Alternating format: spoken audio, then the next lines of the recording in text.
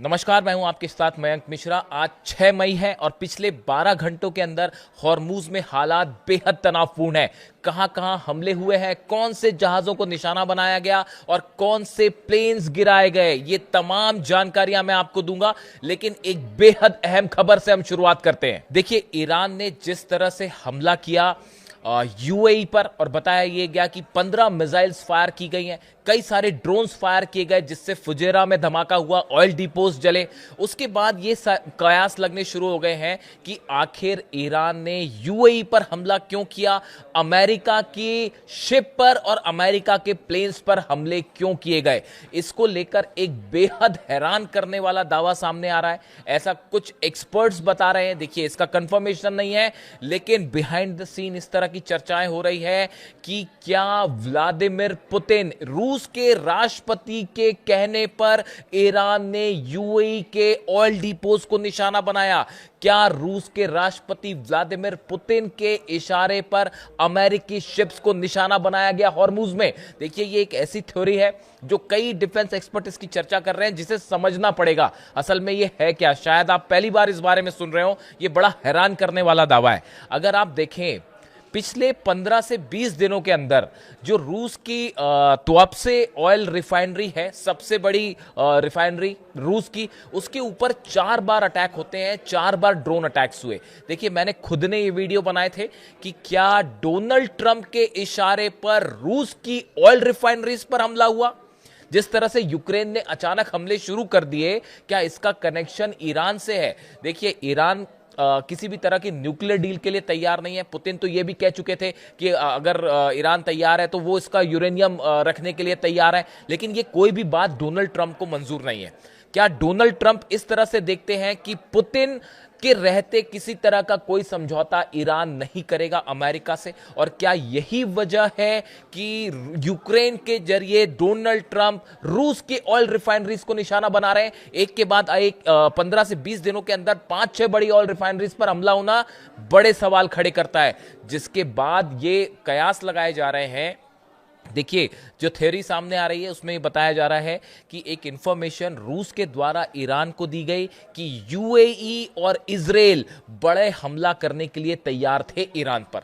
देखिए, अमेरिका सीधा इस बार शायद जंग ना करे, इस तरह की बातें हुई, लेकिन खबरें ये आ रही थी कि यूएई के फाइटर जेट्स और साथ में इजराइल के फाइटर जेट एक बड़ा ऑपरेशन लॉन्च करना चाह रहे थे ईरान के खिलाफ। लेकिन ये जानकारी रूस की खुफिया एजेंसी के पास थी और पुतिन ने ये अलर्ट किया ईरान को। और बल्कि अलर्ट ही नहीं किया, बल्कि ये भी कहा कि इसके पहले कि यूएई और इजराइल की तरफ से कोई स्ट्राइक हो, आप खुद स्ट्राइक कर दीजिए। और क्या इसी वजह से फुजेरा को अचानक निशाना बनाया गया? ईरान की सेना ने जो हमले किए यूएई के ऊपर, क्या ये सिर्फ एक ट्रेलर था यह बताने के लिए कि अगर आपने हम पे हमला किया तो पूरा अरब जलेगा? क्या यह ट्रेलर वार्निंग थी? क्या इजराइल को यह संदेश दिया गया? क्या डोनाल्ड ट्रंप को यह संदेश दिया गया? क्या यूएई को यह संदेश दिया गया कि ईरान के खिलाफ अगर किसी भी तरह का एडवेंचरिज्म करेंगे, आप किसी भी तरह के हमले की कोशिश करेंगे, तो ईरान की सेना पिछली बार के मुकाबले ज्यादा बड़ा जवाब देगी। अमेरिका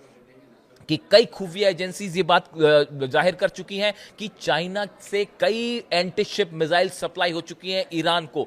दावे यहां तक हो रहे हैं कि रूस ने अपना डिफेंस सिस्टम भी दे रखा है और रूस की तरफ से भी मिसाइल सप्लाई हुई है ईरान को। ऐसे समय में देखिए, ईरान रूस, अभी जो लेटेस्ट खबर है, अब्बास अरागची विदेश मंत्री जो हैं ईरान के, वो चीन के दौरे पे हैं और उनकी चीन के विदेश मंत्री से आज मुलाकात होनी है, जिसमें बताया जाता है कि हॉर्मुज को लेकर एक बड़ा फैसला हो सकता है। देखिए, रूस और चीन और ईरान तीनों मिलकर इस बात को तय कर चुके हैं कि हॉर्मूज में किसी भी तरह से 1 इंच भी कंट्रोल नहीं छोड़ा जाएगा। यह बात ईरान की तरफ से साफ कर दी गई है कि अमेरिका अगर यहां अपने वॉरशिप लाना की कोशिश करता है, जैसे अमेरिका ने कोशिश की अपने वॉरशिप लाके एस्कॉर्ट करके जहाजों को निकालने के लिए, यह बात ना पुतिन को मंजूर है, ना चीन को मंजूर है जिनपिंग को, और ना ही ईरान को मंजूर है। यही वजह थी कि ईरान ने अपनी एंटी शिप मिसाइल से अमेरिका के के वॉरशिप्स को निशाना बनाया। कल जिस तरह से खबरें आई कि एक KC-135 जो जेट रिफ्यूलिंग जेट है, इस पर मिसाइल्स फायर की गई और यूएई पर हमले, ये ईरान का वो एग्रेसिव पोस्चर है जो संभवतः पुतिन के इशारे पर ईरान ने अचानक ये कदम उठाया। देखिए, इसको लेकर तमाम खबरें हैं कि ईरान में जो पॉलिटिकल लीडरशिप है, क्या वो इस बात के लिए तैयार नहीं थी कि यूएई पे हमला किया जाए या ना किया जाए। लेकिन इसको लेकर जो हालात बन रहे हैं निकल के सामने आए, ईरान की सेना की तरफ से एक क्लियर कट वार्निंग थी, क्लियर कट इंस्ट्रक्शन थे कि अगर आप हमारे वाटर्स में अंदर आएंगे तो जवाब मिसाइल से दिया जाएगा। आप अपने वॉरशिप लेके ईरान के करीब आएंगे तो सारे वॉरशिप जला दिए जाएंगे। ये अप्रोच ईरान की सेना का है, ये अप्रोच अली खामेनी साहब के विजन का है। उन्होंने हमेशा ये बात साफ की कि अगर दुश्मन आप पे अटैक करता है, आप उसको उसी की भाषा में जवाब दीजिए। ये आखिरी संदेशों में से एक संदेश था अली खामेनी साहब का, आप उनके सोशल मीडिया पर जाके चेक कर सकते हैं।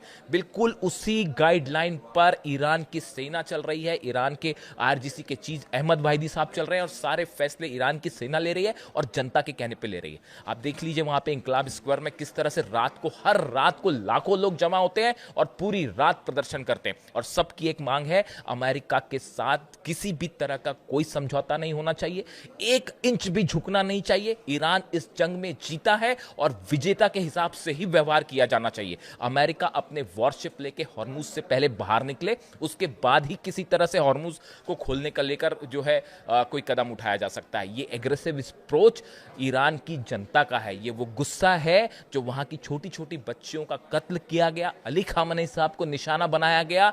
ये बात ईरान की जनता कभी नहीं भूलेगी और यही एग्रेशन और गुस्सा अब ईरान की सेना में देखने को मिल रहा है। और हॉर्मुज के हालात कैसे हैं वो आप जान ही रहे हैं, यानी किसी भी क्षण एक ऐसी जंग छिड़ सकती है जो कि पूरे मिडिल ईस्ट को सुलगाएगी। और ये जो हमले ईरान की तरफ से हुए, चाहे यूएई पे हो, चाहे अमेरिकी जहाज़ों पे हो, ये एक सिर्फ ट्रेलर था ये बताने के लिए कि हिम्मत मत करिएगा हॉर्मुज में कदम रखने की। और क्या इसको पूरी बैकिंग पुतिन की तरफ से है, चाइना की तरफ से है, ये एक ऐसी थ्योरी है जिसको प्रूफ नहीं किया जा सकता, लेकिन इसको लेकर इस तरह के दावे हैं, कयास है कि पुतिन की तरफ से ना सिर्फ सूचना दी गई थी कि यूएई और इजराइल बड़ा हमला कर सकते हैं, बल्कि यह भी कहा गया कि वो हमले करते हैं उसके पहले आप एक ट्रेलर दे दीजिए, वार्निंग दे दीजिए। और क्या इसी वजह से ईरान ने हमला किया?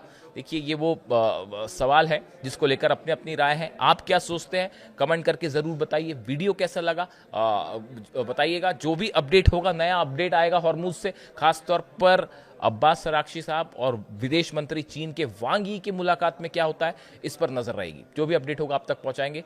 कमेंट करके बताइए वीडियो कैसा लगा। Thank you so much.